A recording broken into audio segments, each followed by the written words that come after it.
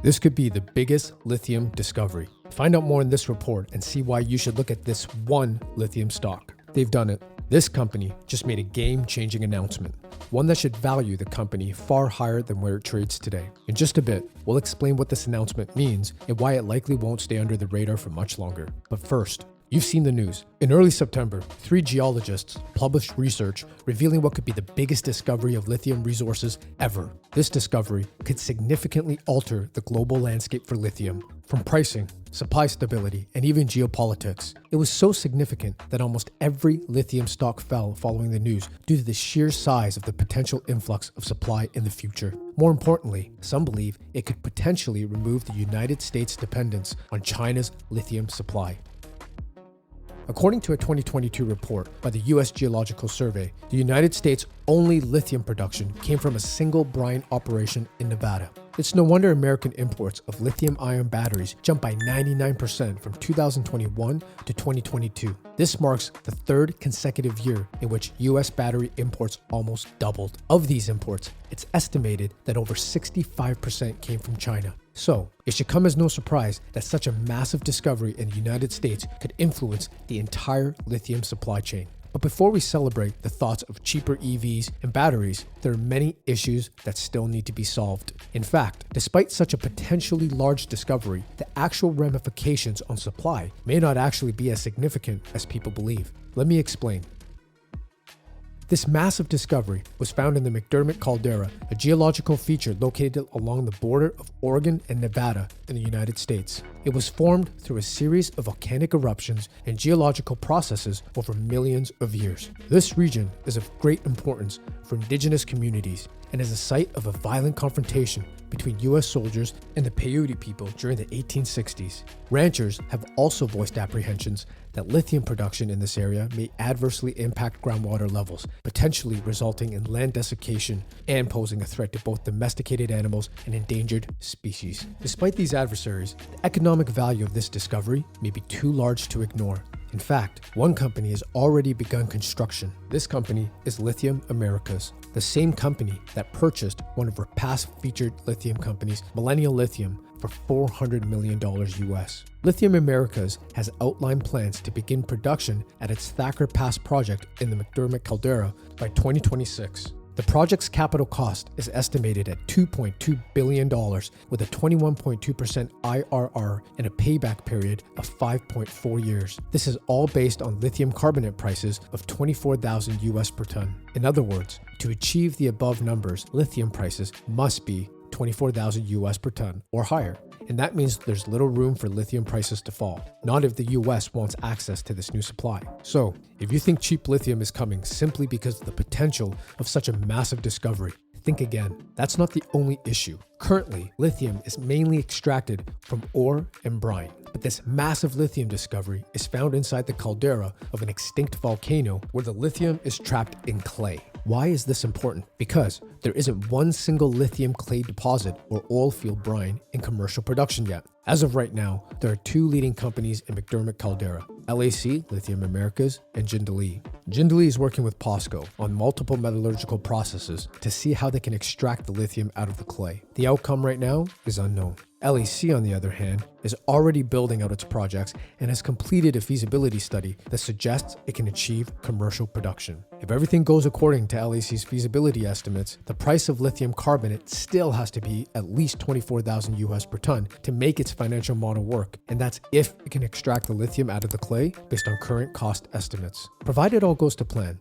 LAC is expected to begin production in the second half of 2026 and reach 40,000 tons per annum 3 to 4 years after that. This remains a challenging feat considering not one sedimentary lithium deposit has been put into commercial production. So while most pundits are now thinking that lithium prices could fall further due to this discovery, the reality is that the price of lithium still needs to remain at today's levels or higher to achieve any sort of supply and demand balance. Furthermore, while many projects have come to the forefront as a result of direct lithium extraction, otherwise known as DLE, Just like extracting lithium from clay, these projects haven't been commercially proven yet. While people are giddy at the possibility of more lithium supply, a lot of this new supply might end up being more expensive to produce, which could drive lithium prices even higher, or at least prevent it from falling further. And this means companies with lithium brine projects via evaporation will be highly sought after. As we mentioned in our last letter, evaporation has a long established history as a reliable and quantifiable method of lithium extraction. Its capital costs are well documented, and once the brine resource is assessed and the operational plan is in place, the operating expenses are generally predictable and stable. And we know one company with a lithium brine project that checks many boxes. In fact, this company just made a massive company-changing announcement. This company is Lithium South Development Corporation. It trades in the US under the symbol LISMF and in Canada under the trading symbol LIS. Lithium South is developing its 100% owned flagship lithium brine project, the Hombre Muerto North Lithium Project in the Salta province of Argentina. The project sits right in the middle of two of the biggest lithium producers. If you haven't read the full report on this company, we urge you to learn why we believe it is one of the most undervalued lithium juniors by clicking the link in the description or in our bio. Lithium South recently announced a new lithium resource of 1.58 million tons of lithium carbonate equivalent, otherwise known as LCE. That's a 175% increase from its original resource. Even more significant is that 90% of this resource is in the measured category, a rare occurrence in the lithium industry, let alone mining as a whole. In the context of mining, measured, indicated, and inferred are categories used to classify the level of confidence in estimating the quantity and quality of mineral resources within a given deposit. These categories are defined by industry standards to communicate the reliability and certainty of the estimates to investors, regulators, and stakeholders. In short, measured resources is the most reliable category for defining a resource prior to completing a pre-feasibility or feasibility study. And despite a big jump in lithium resources, Lithium South's resource grade remains high, with an average grade of 736 milligrams per liter of lithium, making it one of the highest grade brine resources around. Chemistry also remains good, with a low magnesium to lithium ratio of 3.27. With this increase in resources, the potential for Lithium South to become a 15,000 ton per annum producer grows stronger. And if you're someone looking to secure lithium supply, wouldn't you want a tried, tested, and true method of production? In 2019, with a small resource of just 571,000 tons of lithium carbonate equivalent, Lithium South was able to show just how economic its project could be. Initial capex was estimated at $93.3 million US and OPEX at $3,112 per ton of lithium carbonate. The PEA was based on a project price assumption of lithium prices at just $12,420 per ton. Today, lithium prices are well above that number. If we were to use the same price that LAC used for its Thacker Pass feasibility study of $24,000 per ton, things could be dramatically better for Lithium South. In addition, with OPEX prices estimated at less than half of LAC's Thacker Pass OPEX cost of $6,743 per ton, you can see just how profitable Lithium South's brine operation could become. The next step for Lithium South is to revise its PEA with this new resource to show potential buyers how profitable its resource could be with current lithium prices.